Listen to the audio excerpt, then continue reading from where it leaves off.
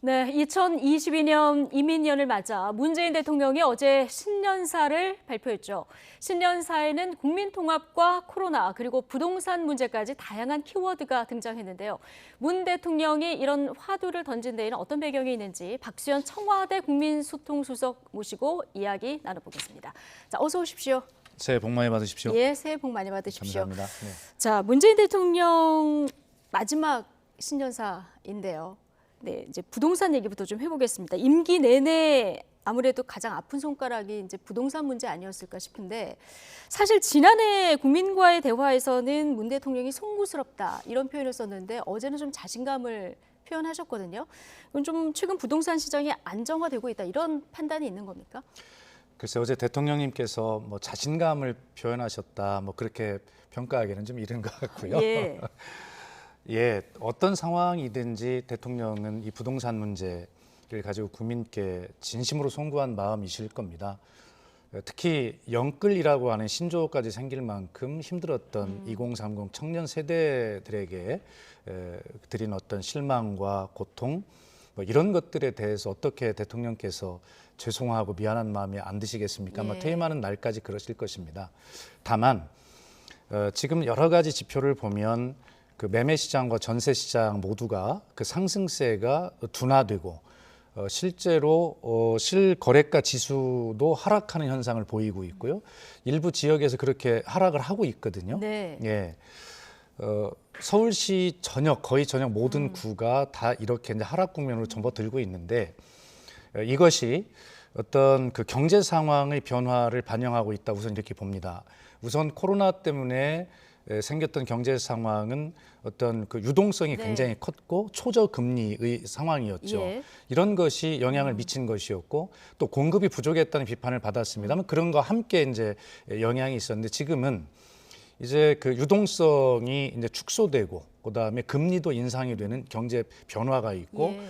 그동안 문재인 정부가 공급에 굉장한 그 노력을 들여와서 향후에 그 다음 정부에나 이제 사용이 될 대부분 되겠지만 205만 호에 이르는 그런 공급 기반을 안정시켰다라고 하는 네. 그런 측면이 있고요.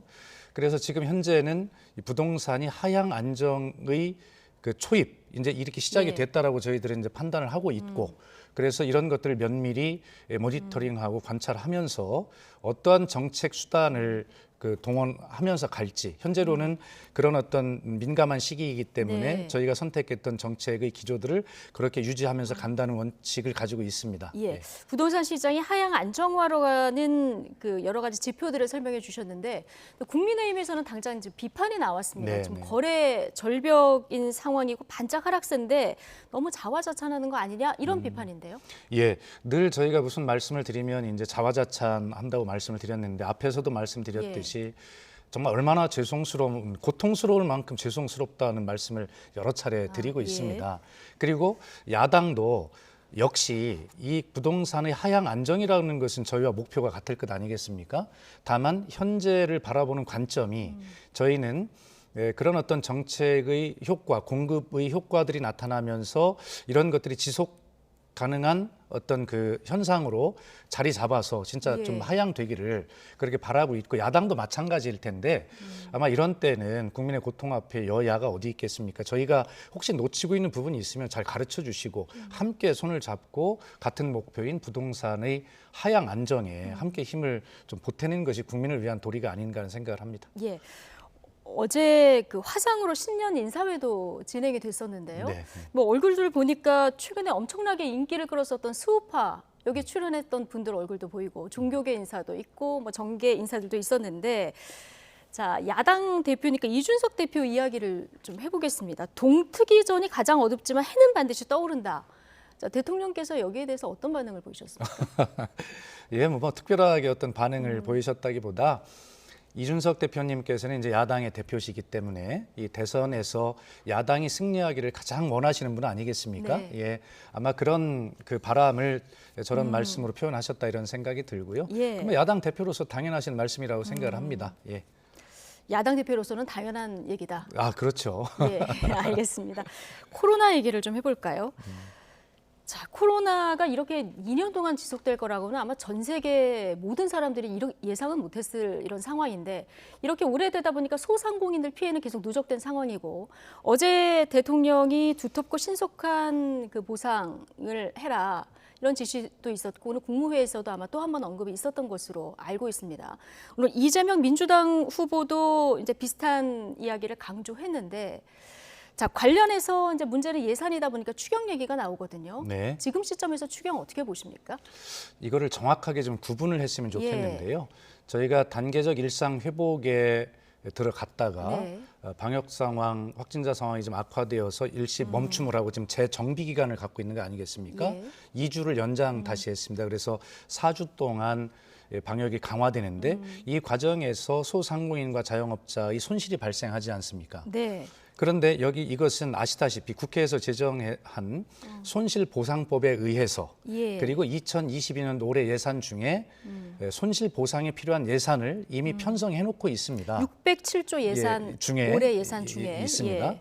그렇기 때문에 현재는 이렇게 4주 동안 강화한 그 방역 지침에 의해서 발생하는 손실은 이미 예. 편성된 예산을 가지고 충분하게 보상이 될 것이다. 그렇게 예. 지금 보고 있는 것이죠. 네. 그래서 1월 중에 이 4주 중단한 이 문제에 발생한 이 손실에 대해서 여기에 추경을 편성해서 하자라고 하는 주장은 아닌 것으로 알고 있습니다. 아. 편성된 예산이 있기 때문에 예. 그것을 가지고 신속하게 지원을 하는데 역점을 네. 두는 것이 맞다. 그래서 원래는 이것이 이제 1월 달 중에 이제 손실을 여러 가지를 따져봐야 되지 않겠습니까? 네. 계산을 해보고 그래서 1월 말에 그것이 나오면 2월 초에 지급을 하도록 돼 있었는데 또 국회 일부에서 이제 후보님들로 제안해 주셨던 선지급하고 후 정산해라. 그것이 네. 더 도움을 주는 것이다. 그래서 500만 원을 선지급하고 후 정산하는 방식을 도입해서 2월 초에 지원하기로 했던 손실 보상을 지금 막 시작하고 있는 것 예. 아니겠습니까? 아마 그렇게 두터우면서도 그다음에 빠른 지원 이것이 아마 대통령께서 말씀하신 것이고 현재로는 예산의 범위 안에서 그것이 가능한 상황이다.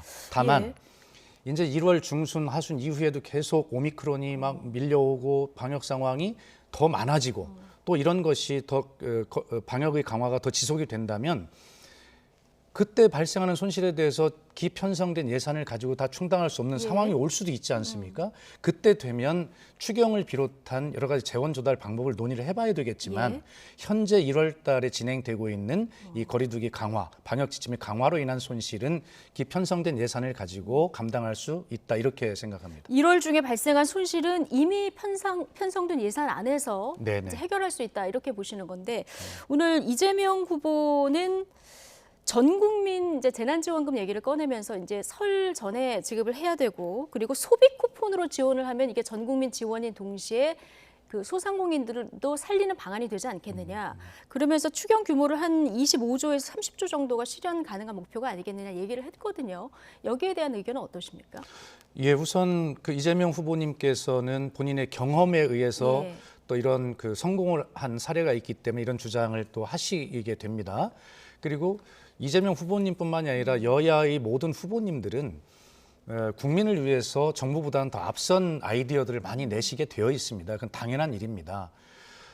이재명 후보님께서 어떤 차원에서 이제 주장을 하셨는지 설 전 뭐 30조 이런 주장을 하셨는지는 제가 알 수는 예. 없습니다만 다시 한번 말씀드리면 방역의 상황이 지금 우리가 하고 있는 4주간 이 방역 강화 이후에도 그리고 기편성된 예산의 범위를 벗어나서 아마 더 지속이 예. 된다면 그때는 아까 말씀드린 대로 추경을 비롯한 여러 가지를 저희가 그때 생각해봐야 될 문제이고 또 전 국민 재난지원금도 필요하다면 해야 되겠죠. 네. 그러나 그것을 정부가 지금 나서서 이렇게 하겠다고 먼저 선제적으로 말씀드릴 수는 없는 상황이기 때문에 예. 후보님들을 중심으로 당들을 중심으로 그렇게 아마 아이디어들이 나오고 있는데 다시 정리하면 그것은 방역 상황에 따라서 그것은 앞으로 논의해갈 상황이라는 말씀을 드립니다. 방역 상황에 따라서 일단 국회에서 예, 좀 논의를 그렇습니다. 해야 될 상황. 상황이다.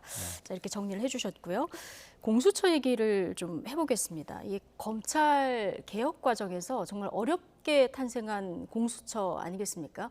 자, 그런데 뭐 황제 조사 논란부터 최근 수사 그 조사 과정에서 여러 가지 절차적인 문제, 그리고 얼마 전에는 기자들뿐 아니라 이제 야당 의원들 통신조회 논란까지 있다 보니까 공수처가 제 목적에 맞게 가는 것이냐 이런 지적이 나오거든요. 어떻게 보십니까?